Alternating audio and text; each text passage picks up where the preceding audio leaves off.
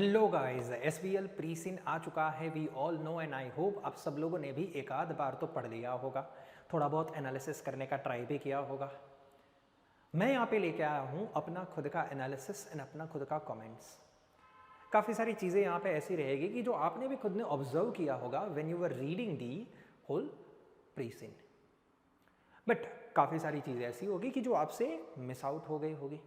मैं कुछ important analysis आपके सामने शेयर करना चाहता हूँ।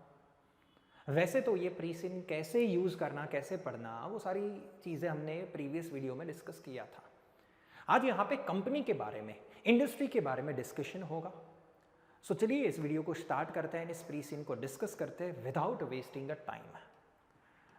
जो हमारे पास में दिसंबर 23 के लिए प्रीसिन अवेलेबल है, उसके अंदर देखा गया है कि क्लाउड कंप्यूटिंग बेस्ड बिजनेस है।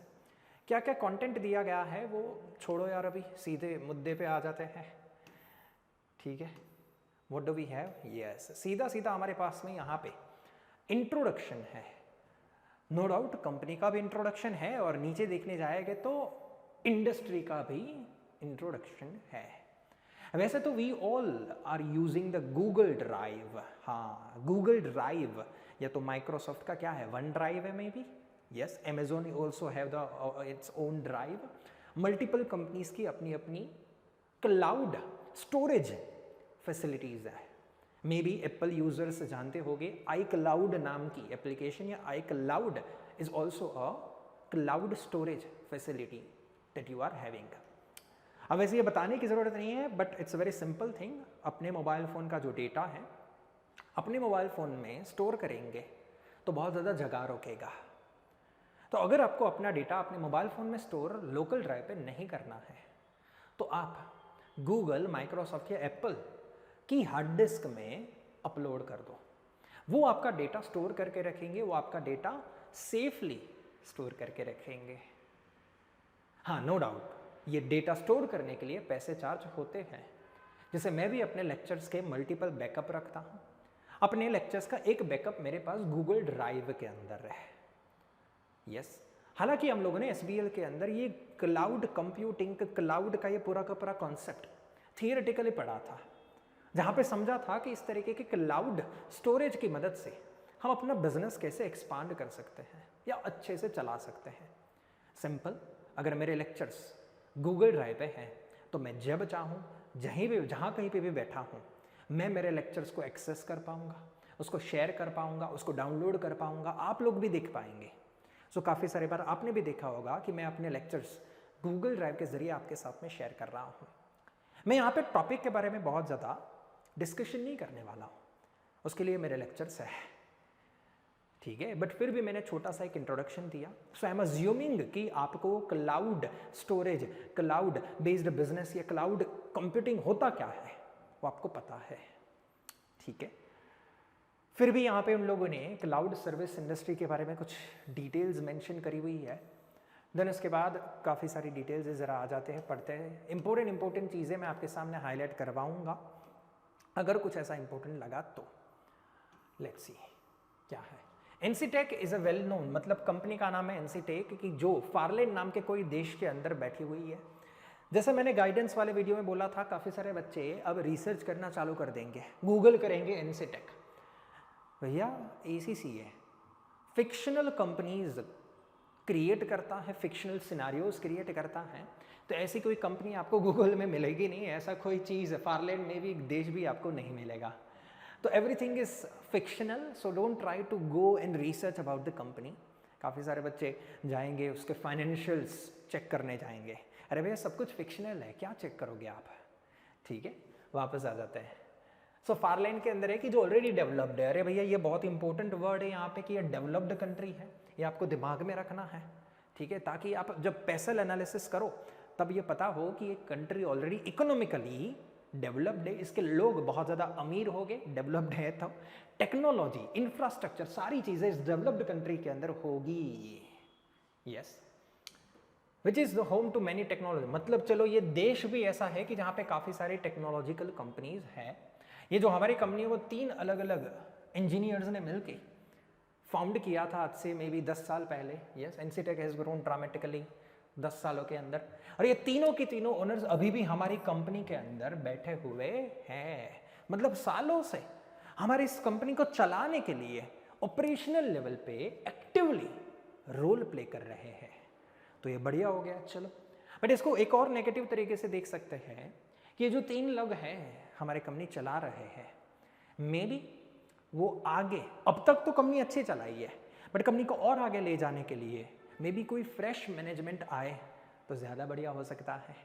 ठीक है, इट मे बी पॉसिबल, क्योंकि आजकल का ज़माना, अब द फ्यूचर का ज़माना है वो एआई मशीन लर्निंग का है।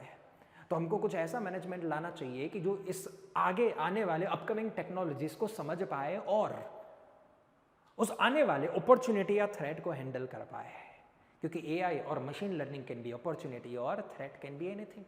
तो ये पर्टिकुलर चीज़ को हम दोनों नज़रिए से देख सकते हैं। देन उसके बाद आगे बढ़ते हैं, क्या दिया गया है हमारे को, इंडस्ट्री वाइज डिटेल्स दिया गया है, चेक करते हैं। The cloud service companies offers data storage facilities. Yes, हम हमारा डेटा वहां पे पुटअप करेंगे, वो अपने वहां पे स्टोर करवा देंगे उसको। competitive pricing has made cloud services a financially viable। Yes, हम लोग क्यों अपना गूगल ड्राइव के अंदर डेटा स्टोर करते हैं? क्योंकि वो सस्ता पड़ता है। हाँ, हमको हमारा खुद का सर्वर बनाने के लिए, हमको हमारा खुद का इंफ्रास्ट्रक्चर खुद से बनाने के लिए कॉस्टिंग ज़्यादा पड़ता है। Google drive is a cheaper option. I don't know exactly, मैंने कभी इतना ज़्यादा डेप्थ में frankly speaking cost benefit analysis किया नहीं है। ठीक है, क्योंकि it's not just about the prices but it's also about कि क्लाउड बेस्ड डेटा स्टोरेज के अंदर शेयरिंग बहुत इजीली हो जाता है, इसलिए मैं गूगल ड्राइव यूज़ करता हूँ, बाकी और कोई रीज़न नहीं है। आगे बढ़ते हैं, क्या है हमारे पास में जो क्लाउड बेस्ड सर्विसेज है फारलैंड के अंदर, वो काफ़ी सारी एस्टैब्लिश्ड सालों सालों से वहाँ पे हैं। जो डिमांड है, सप्लाई है, वो सब कुछ परफेक्टली जा रहा है। ज़्यादातर केस में स्टूडेंट्स ये गूगल ड्राइव या वगैरह वगैरह cloud based business small and medium sized entities को ज़्यादा अट्रैक्ट करते हैं, जैसे मेरे जैसे लोग एसएमईज, कि जो अपना खुद का सर्वर बनवाना नहीं चाहते, खुद का स्टोरेज फैसिलिटी बनवाना नहीं चाहते, चाहते हैं कि अपना डेटा गूगल वाले स्टोर करें। करियर कंपास को डेटा स्टोरेज का कोई मगजमारी हाथ में लेना नहीं है। ठीक है, so yes, and individual professionals लोग की जो फ्रीलांसर्स भी काफ़ी सारे वर्ड बोल सकते हैं। Then after what do we have next, हमारे पास में जो कुछ फिगर्स दिए गए उससे इतना पता चलता है कि ओवरऑल हमारे फारलैंड के अंदर अभी भी जो डेटा स्टोर हो रहा है वो ग्लोबल लेवल की कंपेयर में थोड़ा कम है। मतलब और आगे फारलैंड के अंदर ही अपॉर्चुनिटी है। Not just about that, global level पे एक्सपांड करने के लिए भी अपॉर्चुनिटी है, क्योंकि 50% डेटा ही अभी क्लाउड पे है, बाकी अभी भी 50% डेटा लोकल सर्वर के अंदर स्टोर हो रहा है। प्रॉफिट अपॉर्चुनिटी, रेवेन्यू अपॉर्चुनिटी जबरदस्त है। ग्लोबल लेवल पे भी देखने जाए अभी 155 बिलियन का मार्केट है, तो अगर हमने एक्सपांशन किया ग्लोबल लेवल में, अपना पैर जमा लिया, तो रेवेन्यू तो मिलेगा। और अभी राइट नाउ फारलैंड तो बहुत ही छोटा सा कंट्री है। ऑल्सो नेक्स्ट दिया गया है कि टॉप 10 जो क्लाउड सर्विस कंपनीज है वो इस मार्केट के अंदर दबदबा बनाए बैठी है, फारलैंड में भी as well as global level पे। मतलब ये बड़ी शार्क जो होती है, बड़ी कंपनीज होती है, वो पूरी इंडस्ट्री को कंट्रोल कर रही है। शायद इसको हम मोनोपोली तो ना बोले, क्योंकि मोनोपोली मतलब वन मैन आर्मी ने, डुओपोली या ओलिगोपोली बोल सकते हैं, जहां पे सिलेक्टेड कंपनीज ही पूरे मार्केट को कंट्रोल कर रही है। हाँ सर, ये चीज़ पॉसिबल है। तो इससे ये एनालिसिस निकल के आ रहा है स्टूडेंट्स, वन बाय वन में चीज़ों को ले रहा हूँ। आई होप आप भी शायद इसको नोट डाउन करते जा रहे हैं, या तो आप भी इसको समझ में ले रहे हैं। ओके, देन उसके बाद यहाँ पे 3 अलग अलग कंपनी के द्वारा मॉडल्स है, infrastructure as a service, platform as a service and software as a service. ये तीनों क्या है स्टूडेंट्स? आप सबको पता होगा कि हमारे खुद के पास में करियर कंपास का एक मोबाइल एप्लीकेशन है। अब कोई भी मोबाइल एप्लीकेशन आजकल के ज़माने में बनाना, पहले तो टाइम टेकिंग है, सेकंड है कॉस्टली है, क्योंकि ये सारे आईटी इंडस्ट्री वाले लोग इतना सैलरी डिमांड करते हैं, इतना पैसा डिमांड करते हैं कि वो सारा का सारा बोझ कस्टमर के ऊपर जाता है। मतलब एक छोटी सी एप्लीकेशन बनाने का कोटेशन मांगोगे 1 लाख, 2 लाख, 3 लाख रुपया हो जाता है। तो not all the businesses can afford this kind of the capital investment? ये तो मैंने एक छोटा सा फिगर बोला, ठीक है। अगर आपको और अच्छी एप्लीकेशन वगैरह बनवानी है तो 10 लाख, 15 लाख, 20 लाख से शुरू होता है। So that's why not all businesses will make their own application. तो इसलिए बिजनेसेस क्या करते हैं पता है, अपना पूरा का पूरा मोबाइल एप्लीकेशन, यस, अपना पूरा का पूरा डेटा स्टोरेज एंड एवरीथिंग कोई एक कंपनी को आउटसोर्स कर देते हैं। मतलब करियर कंपास खुद का एप्लीकेशन नहीं बनाएगा, कोई स्पेसिफिक एक कंपनी है कि जो मुझे एप्लीकेशन बना के देगी, ठीक है, और मेरा डेटा भी वही हैंडल करेगी, सब कुछ वही हैंडल करेगी। अगर इस तरीके का सर्विस आपको चाहिए तो उसको बोला जाता है software as a service. Yes, ये सबसे ज्यादा यूज होने वाला सर्विस है जहां पे धंधे को, क्लाइंट को, कस्टमर को कुछ नहीं करना है, सारा का सारा चीज आउटसोर्स किया जा रहा है, जहां पे सॉफ्टवेयर से लेके होस्टिंग से लेके डेटा स्टोरेज से लेके सिक्योरिटी से लेके सब कुछ कंपनी को करना रहेगा।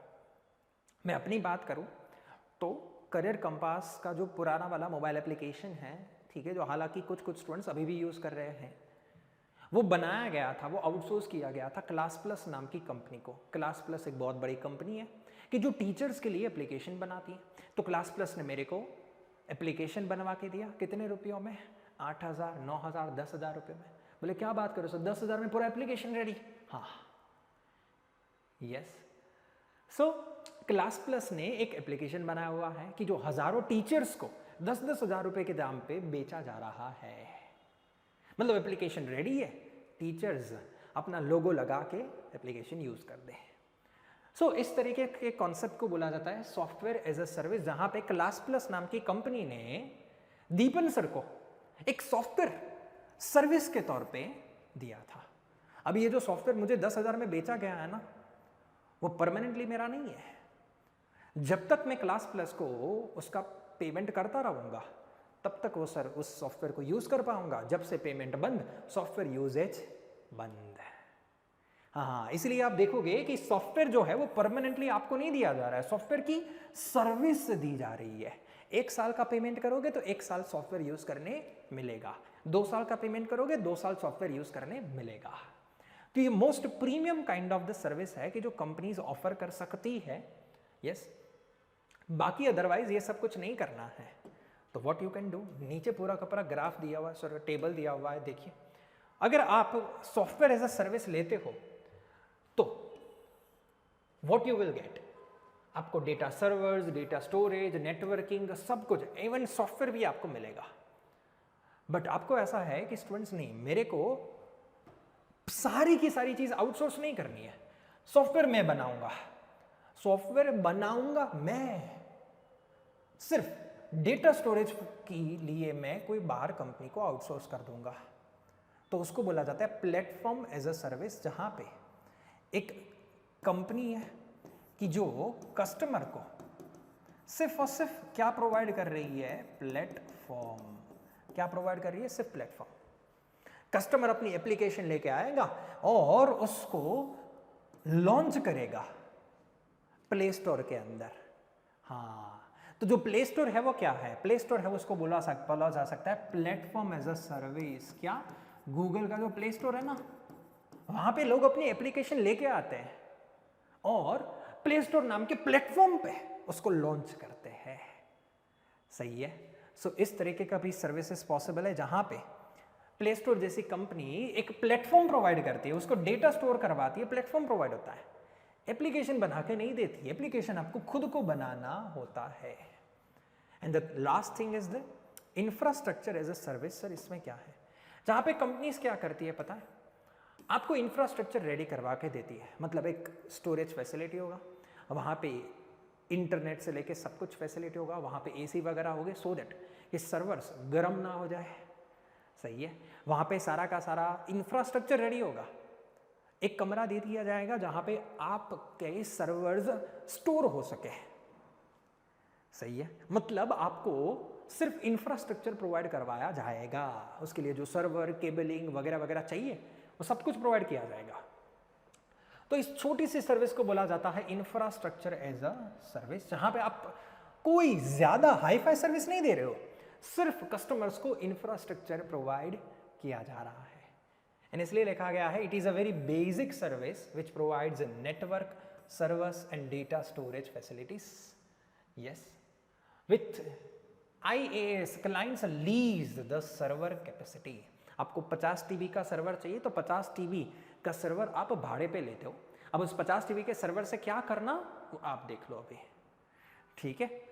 सो it's a very simple storage facility you are leasing, बाकी और कुछ नहीं करा जा रहा है। मतलब जैसे होटल का कमरा भाड़े पे दिया जाता है ना, बराबर है, वैसे यहां पे सर्वर को भाड़े पे चढ़ाया जाता है। सिंपल।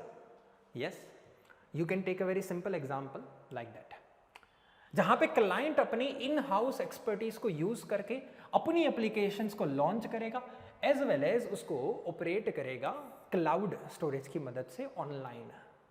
यस, तो ये थे स्टूडेंट्स 3 टर्म्स की जो हमारे इस क्लाउड बिजनेस के लिए काम के हैं।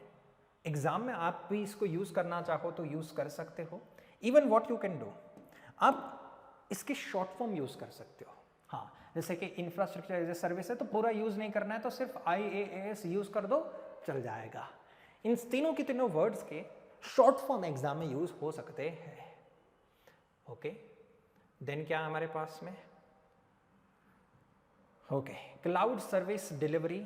3 तरीके के क्लाउड सर्विस हो सकते हैं, public cloud, private cloud and hybrid cloud. जहां पे मेरी अगर सिंपल से एग्जांपल दे तो जैसे गूगल ड्राइव है ना, वो पब्लिक क्लाउड है, मतलब सबको अलाउ है कि जो कभी भी आए वहां पे अपना डेटा स्टोर कर सकता है। तो Google drive is a public cloud. Okay, तो इट्स अवेलेबल टू एवरीवन। काफी सारी बार कोई प्राइवेट क्लाउड भी क्रिएट होगा जहां पे 50 TB का स्टोरेज बनवाया जा रहा है सिर्फ और सिर्फ मेरे लिए, सिर्फ मेरी प्राइवेट डेटा के लिए। अब इसके कारण थोड़ा सिक्योरिटी बेनिफिट मिलेगा, क्योंकि अब ये जो 50 TB का स्टोरेज बनाया गया है वो है उसके अंदर कोई बाहर का बंदा घुस नहीं पाएगा, कोई बाहर का बंदा नहीं आएगा। और कंपनी भी ये 50 TB के स्टोरेज को कोई और पर्पस के लिए यूज नहीं कर पाएगी। ये 50 TB की स्टोरेज फैसिलिटी जो बनाई है उसमें सिर्फ आपकी कंपनी का डेटा स्टोर होगा, बाकी किसी का भी नहीं होगा। यस, तो ये बड़ी बड़ी कंपनीज होती है ना, वो प्राइवेट क्लाउड लेती है जहां पे सिर्फ उन्हीं का डेटा स्टोर किया जाएगा। बट काफी सारी बार कंपनी क्या करती है, हाइब्रिड क्लाउड लेती है। मतलब 30 TB का प्राइवेट क्लाउड लिया, यस 30 TB का प्राइवेट क्लाउड लिया, और बाकी 20 TB का डेटा है ना वो पब्लिक क्लाउड ने डाल दिया। यस, अब ये जो 20 TB का डेटा पब्लिक क्लाउड में डाला गया है ना, यस, वो नॉर्मल गूगल ड्राइव बोलते हैं। मतलब जो डेटा अगर लीक भी हो जाए तो कोई चिंता जैसी बात नहीं है, उसको डालेंगे कहाँ पे, पब्लिक क्लाउड में। कुछ ऐसा डेटा कि जो कुछ खास काम का नहीं है, या तो अगर गुम भी हो जाए, डिलीट भी हो जाए, करप्ट भी हो जाए, वो पूरा हैक हो जाए तो भी कोई चिंता की बात नहीं है, तो ऐसे डेटा को हम पब्लिक क्लाउड में डालेंगे। बट जो highly sensitive, highly important data है उसको कहाँ पे डालेंगे, प्राइवेट क्लाउड में। तो ऐसा आप कर सकते हो अपने डेटा के साथ में। ये क्लाउड सर्विस की डिलीवरी की 3 ऑप्शंस हैं। हालांकि राइट नाउ इस पूरे प्री सीन के अंदर इस 3 टर्मिनोलॉजी का कुछ खास इंपॉर्टेंस नजर में मेरे को नहीं आ रहा है, ठीक है। ये 3 चीजों का जहां तक मैंने इस पूरे प्री सीन को पढ़ा हुआ है, तो लेट्स प्रोसीड फर्दर। देन उसके बाद हमारे पास में कुछ बेनिफिट्स है कि जो हालांकि आपने भी SBL के अंदर पढ़े ही होंगे, there is nothing new here. जैसे कि बताता हूँ क्या है, जैसे कि क्लाउड सर्विस स्केलेबल है। अभी मेरा धंधा छोटा है तो मेरे पास गूगल ड्राइव का 2 TB का स्पेस है, कभी ज़रूरत पड़ी मैं बढ़ा लूँगा, ठीक है। इंस्टेंट एक्सेस मिल जाएगा, सिक्योरिटी थोड़ी एनहेंस मिलेगी, क्योंकि मेरे से ज़्यादा गूगल अच्छा कंपनी है कि जो मेरे डेटा को सिक्योरली स्टोर कर पाए। Data can be accessed any time over the cloud, ये ऐसी बेसिक एडवांटेजेस है। हमारे डेटा को बहुत ही इजीली शेयर किया जा सकता है, वो भी हम सबको पता है। देन उसके बाद हमारा जो पूरा का पूरा क्लाउड है वो मेंटेन्ड एंड सपोर्ट किया जाएगा कंपनी के द्वारा, तो हमको कुछ करने की ज़रूरत नहीं है। We don't need to employ expensive IT specialist. मतलब करियर कंपास का डेटा बहुत ज़्यादा है, पर हमको हमारे यहाँ पे कोई IT का बंदा ही नहीं है। हमने सब कुछ गूगल वालों को दे दिया, गूगल क्लाउड को दे दिया है, एंड हमको बहुत ज़्यादा कुछ एक्सपेंसिव स्पेस भी हायर करने की ज़रूरत नहीं है, कोई हार्डवेयर लेने की ज़रूरत नहीं है। तो ये सारी बेसिक चीज़ें हैं। सेम वे नीचे देखने जाओगे तो व्हाट दे हैव मेंशन्ड, हमारे इस क्लाउड सर्विस के अंदर क्या चैलेंजेस है। चलिए ये बहुत इंपॉर्टेंट वर्ड है सर, चैलेंजेस, ऐसा क्यों? ये सारे नेगेटिव पॉइंट्स है और स्पेसिफिकली इन फारलैंड है, तो ये इंपॉर्टेंट है डिस्कस करने के लिए। ये जो चैलेंजेस है वो स्पेसिफिकली फारलैंड के लिए है, ये समझना जरूरी है। फारलैंड बोला गया है कि बहुत ही ज्यादा रैपिडली ग्रो तो कर रहा है, ठीक है, and is anticipated to double in the size over next 5 years। But साथ साथ में स्टूडेंट्स वहां पे कंपटीशन भी तो बढ़ रहा है। यस, तो ये बहुत बड़ा चैलेंज है कि भैया देश जैसे प्रगति करता है बट कंपटीशन भी तो बढ़ेगा, और जितनी ज्यादा डिमांड्स आ रही है उसको सेटिस्फैक्टरी अपने को फुलफिल करना पड़ेगा क्योंकि कंपटीशन बढ़ गई है। Yes, more global competition is emerging. अरे बाप रे, ये तो ऑनलाइन का बिजनेस में ये लॉजिकल है कि सिर्फ हमारे कंट्री का कंपटीशन नहीं मैटर करेगा, अब तो बाहर से भी कंपनीज आएगी और हमारे साथ में क्या करेगी, कंपीट। पहले सिर्फ यहाँ पे लोकल लेवल पे, यस, कोला नाम की कंपनी हुआ करती थी, या तो आई थिंक कोई और कंपनी थी, मैं नाम भूल गया, ठीक है। अब धीरे धीरे करके कोका कोला आई, पेप्सी आई, वगैरह वगैरह कंपनी आई बाहर से और एक्विजिशंस करना चालू कर दिया। यस, देन उसके बाद क्या है, clients are highly dependent on a reliable high speed internet. अगर इंटरनेट है तो ही आप क्लाउड पे अपना डेटा स्टोर कर सकते हो। हाँ, मतलब 5 GB का डेटा मुझे अपलोड करना है, समय लगता है, ठीक है। सो इसीलिए काफ़ी सारी बार मैं बड़े बड़े डेटा को अपलोड नहीं करता हूँ क्योंकि ज़्यादा इंटरनेट जाता है, और it depends on the person to person and country to country, ठीक है, कि वहाँ पे इंटरनेट अवेलेबिलिटी कैसी है। There is a constant risk of hacking. हाँ भैया, वो तो है ही है, जिस इंडस्ट्री में आप हो वहाँ पे हैकिंग, डेटा लॉस वगैरह जैसे रिस्क है, तो सारे के सारे रिस्क इंपॉर्टेंट हैं, एग्जाम में ये मेंशन करने हो सकते हैं। यस, रेगुलेटरी रिक्वायरमेंट भी बहुत ही ज़्यादा मायने रखेगी, बिकॉज आप डेटा आप स्टोर कर रहे हो, कोई और कंपनी का डेटा स्टोर कर रहे हो, और आजकल के ज़माने में ये डेटा प्रोटेक्शन वाले तो भैया कभी भी कूद पड़ेंगे अगर आपका डेटा लीक हुआ तो। That's why as well as हमारी जो इंडस्ट्री है वहाँ पे बहुत ही हाईली स्किल्ड डिमांड है, हाईली स्किल्ड लेबर की जो होनी ज़रूरी है हमारे बिजनेस के अंदर। और वैसे देखने जाए that is a scarce resource, knowledgeable employees मिलना बहुत ही ज़्यादा स्कैर्स है।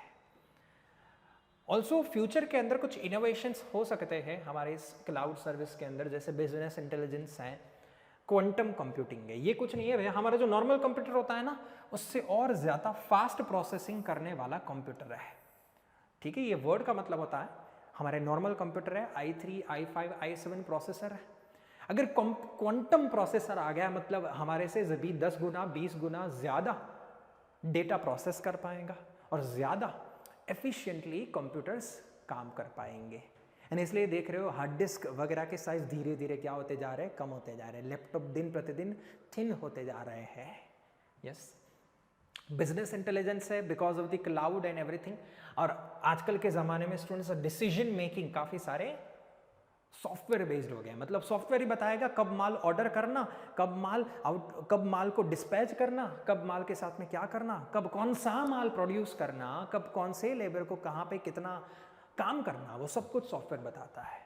यस, सो ये कुछ आने वाले अपकमिंग टेक्नोलॉजीज है कि जो हमारे इस क्लाउड कंप्यूटिंग बिजनेस को अफेक्ट करेंगे। जितना ज़्यादा आर्टिफिशियल इंटेलिजेंस रहेगा उतना ही हमारे बिजनेस को मदद मिलेगी, क्योंकि ये आर्टिफिशियल इंटेलिजेंस तभी काम करेगा जब बिग डेटा होवे। मतलब इंस्टाग्राम और फेसबुक जितना ज़्यादा डेटा कलेक्ट करते हैं ना उतना ही ज़्यादा वो इंटेलिजेंट बन पाते हैं। मतलब AI is backed with big data concept, और ये जितना भी बिग डेटा कलेक्ट किया जा रहा है ना वो स्टोर कहाँ पे होगा, क्लाउड पे। तो ये सारी कंपनीज AI और मशीन लर्निंग जैसे कॉन्सेप्ट्स तभी अच्छे से परफॉर्म कर पाएगी जब डेटा कलेक्ट किया जा रहा है। जितना भी डेटा कलेक्ट करोगे स्टोर तो करना ही पड़ेगा क्लाउड पे। तो ये दोनों की दोनों technologies I think that big data concept के साथ में चलेगी, और बिग डेटा अगर क्लाउड बेस्ड स्टोरेज कर रहा है तो हमारे लिए क्या है, बहुत ही बड़ा अपॉर्चुनिटी है। यस तो अगर आपको स्वॉट एनालिसिस पूछा जाए तो ये दोनों को आप अपॉर्चुनिटी मान सकते हो। यस आफ्टर दैट हमारे पास में कुछ केपीआई दिए गए हैं, operational KPIs, service availability. Yes जैसे स्टूडेंट्स काफ़ी सारी बार साइट्स वगैरह डाउन होती है, फेसबुक नहीं चल रहा है, इंस्टाग्राम नहीं चल रहा है, गूगल नहीं चल रहा है, तो ऐसा नहीं चलेगा ना।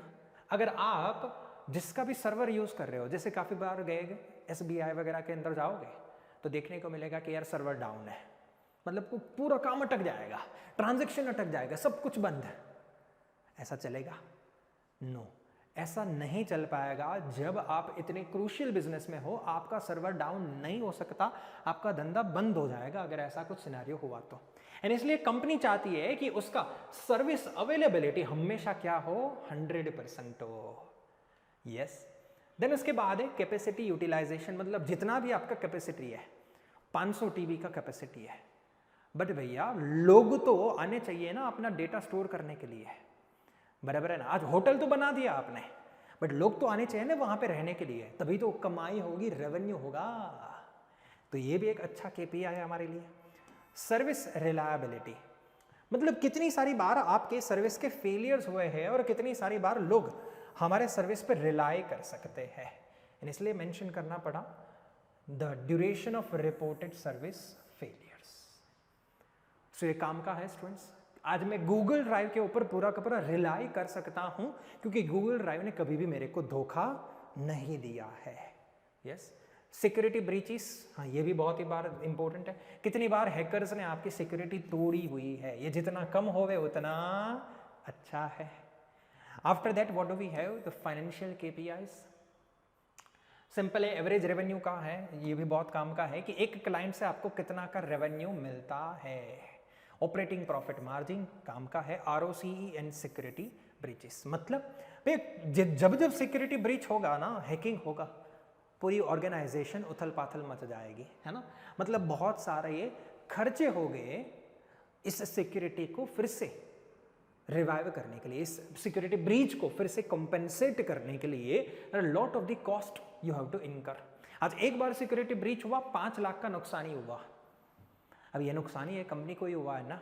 और जितनी बार सिक्योरिटी ब्रीच होगा, कस्टमर्स हमको छोड़ के चले जाएंगे और कंपटीटर के पास जाके बैठ जाएंगे, मतलब हमारा सिक्योरिटी ब्रीच हम ही को नुकसान पहुंचाएगा।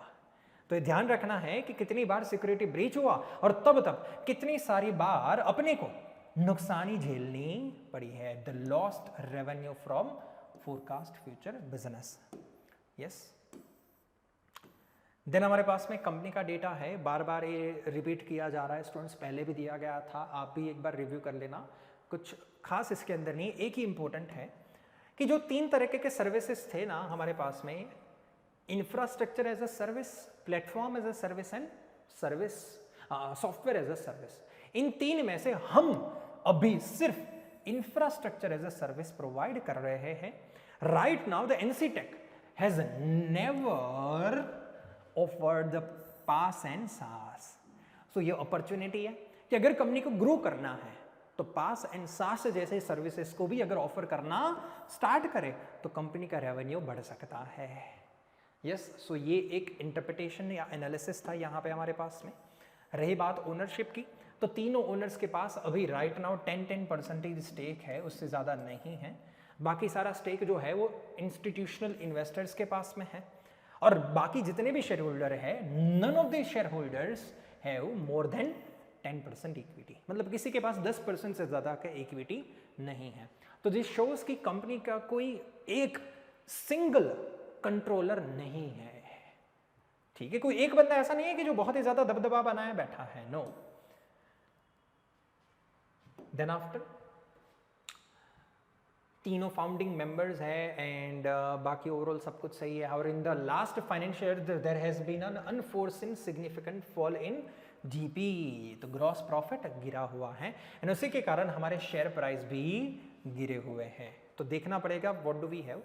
Then after mission and vision statement है कि जो आप पढ़ लेना स्टूडेंट्स, बट हाँ ये मैं इंपॉर्टेंट मानता हूँ अपने ध्यान में रखने के लिए, क्योंकि अगर कंपनी बोलती है कि मुझे मेरा ब्रांड बहुत ही ज़्यादा पसंद है, तो कोई ऐसा सजेशन ना दो कि जिससे ब्रांड को इम्पैक्ट होवे।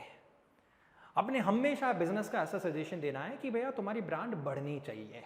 जैसे कि वैल्यूज में देखोगे कि देयर कोर वैल्यूज आर कि वो अपॉर्चुनिटीज को ग्रास्प करना चाहते हैं। तुम उसको बोल सकते हैं कि आप पास एंड सास नाम की सर्विसेज ऑफर करना चालू कर दो, ये आपके लिए क्या है, अपॉर्चुनिटी है। As per the values this kind of suggestion can be given. And the last यहाँ पे देखोगे एथिक्स के अंदर high integrity and openness in all the areas of business. तो एथिक्स की रिक्वायरमेंट आने के चांसेस है बिकॉज कंपनी जो है वो एथिक्स में बहुत ज़्यादा बिलीव करती है। यस, सो ये अपने को ध्यान में रखना है जब आंसर कर रहे हैं तब कि कंपनी का मिशन एंड विजन है क्या। बोर्ड स्ट्रक्चर की माने तो यहाँ पे जो हमारी कंपनी का सीईओ है वो हमारा फाउंडर है। ये कोई नहीं है, हमारा फाउंडर ही है। ये भी हमारा फाउंडर है और ये भी हमारा फाउंडर है। ये तीन जन हमारे फाउंडर है। तीनों की तीनों जन हमारे एग्जीक्यूटिव डायरेक्टर्स में से हैं। नॉन एग्जीक्यूटिव डायरेक्टर्स टोटल 5 है। कोई बात नहीं, चलो बढ़िया है। देन उसके बाद हमारे पास में 4 कमेटी है। ये 4 कमेटी को देखते हुए मुझे ऐसा लग रहा है कि कंपनी कॉर्पोरेट गवर्नेंस के रिक्वायरमेंट को वैसे तो फुलफिल कर रही है, चारों कमेटी, ठीक है। बट नीचे मेंशन किया है कि NCTech is fully compliant with the Farland corporate governance code. But what about the global governance code? Corporate governance is not just about this committees, it also states that जिसके जितने भी आपके पास में executive directors हैं उतने जितने या उससे ज़्यादा एनईडीज होने चाहिए। कि जो मुझे यहाँ पे थोड़े मिसिंग नज़र में आ रहे हैं, लेट मी चेक, ज़रा स्ट्रक्चर को देखते हैं। एग्जीक्यूटिव डायरेक्टर की माने तो 1 2 3 4 5 और 6 एडी है, उसकी कंपेयर में एनईडी सिर्फ 5 है। तो बोलिए क्या ये वायबल है, क्या ये सही है? तो कॉर्पोरेट गवर्नेंस के रिक्वायरमेंट के अकॉर्डिंगली आपका बोर्ड का जो स्ट्रक्चर है वो सही नहीं है। ओके, आगे बढ़ते हैं। और क्या है, रिस्क रजिस्टर्स है, कंपनी को कितने कितने रिस्क फेस हो रहे हैं। ये रहा रिस्क। ये जिस हिसाब से रिस्क दिए गए हैं इससे आप आइदर चाहो तो स्वॉट एनालिसिस कर सकते हो, पेसल एनालिसिस कर सकते हो क्योंकि इट्स टेक्निकल इश्यू, कॉम्पिटिटिव वगैरह वगैरह, ठीक है। तो ये रिस्क को मद्देनजर रखना है। एज वेल एज रिस्क की जब बात आती है तो टारा स्ट्रेटेजी भी पूछी जा सकती है as per this whole risk bullet points कि बताओ जरा इस रिस्क को कैसे मिटिगेट करें, टेक्नोलॉजी रिस्क को कैसे मिटिगेट करें। तो तारा स्ट्रेटेजी इज ऑल्सो इम्पोर्टेंट। मैंने आपको बोला था स्टूडेंट्स की हम थोड़ा स्पेकुलेशन करेंगे तो स्पेकुलेशन से थोड़ा आइडिया आएगा, बट सिर्फ स्पेकुलेटेड एरियाज को ही पढ़ा जाए वो लॉजिकल नहीं है। तो पढ़ना सब कुछ है, कुछ स्पेकुलेटेड टॉपिक को थोड़ा ज्यादा पढ़ लेना है, ठीक है। As well as clear cut सामने से उन लोगों ने students strength, weakness, opportunity and threat दिया गया है। इन सबको पढ़ो और ध्यान में रखो ताकि एग्जाम में स्वॉट एनालिसिस आने के चांसेस है तो अपने उसको डील कर पाए। नेक्स्ट हमारे पास में स्टूडेंट्स फाइनेंशियल एनालिसिस, जहां पे क्लियर कट विजिबल है कि 2001 की कंपेयर में ये बढ़ा तो जरूर है सेल्स, बट इस साल में सेल्स हमारा घटा है। इवन जीपी में तो पहले से बोल दिया गया था कि ग्रॉस प्रॉफिट मार्जिन तो भैया घट ही रहा है, तो ये भी बहुत ही ज़्यादा खतरनाक चीज़ है। यस, इसको आप अगर परसेंटेज टर्म्स में अगर कन्वर्ट करना चाहो तो कर सकते हो, you can have the calcy, you can do on your own. तो परसेंटेज टर्म्स में कर लेना आप लोग ज़रा एक बार। जिस हिसाब से रेवेन्यू बिहेव कर रहा है कॉपी टू कॉपी, उसी हिसाब से आप देख लो जरा प्रॉफिट बिफोर टैक्स, मतलब इसको नेट प्रॉफिट बोल सकते हैं। हमारा नेट प्रॉफिट भी सेम तरीके से बिहेव कर रहा है, इसमें कोई दोराहे वाली बात नहीं है। पर रेवेन्यू घटेगा तो प्रॉफिट भी घटेंगे, रेवेन्यू बढ़ेगा तो प्रॉफिट भी बढ़ेंगे। सेम वे रेवेन्यू के पैरेलल ही हमारा आरओसीई भी सेम मैनर में बिहेव कर रहा है। सो इसमें कुछ खास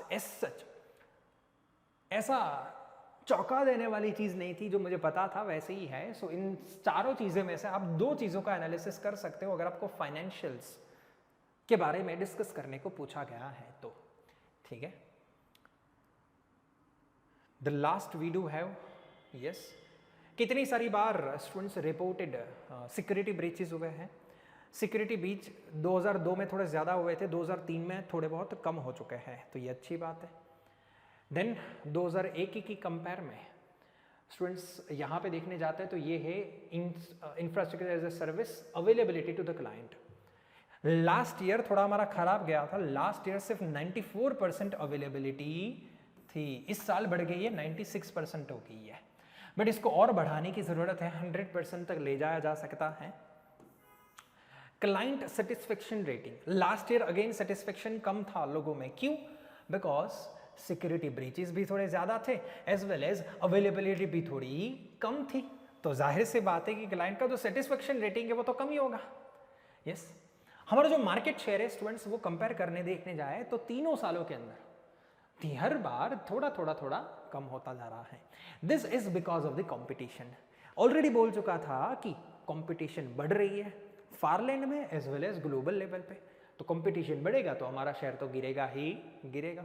तो एनालिसिस ऑलमोस्ट जितने भी डिटेल्स थी उसके साथ में पैरेलल जा रहा है, हर एक चीज़ों के अंदर अपने को इम्प्रूव करने का ज़रूरत है, ठीक है, बट क्या करें, कैसे करें इम्प्रूव, वो रिक्वायरमेंट के अकॉर्डिंगली लिख सकते हैं, अभी ज़्यादा दिमाग मत चलाओ, ठीक है।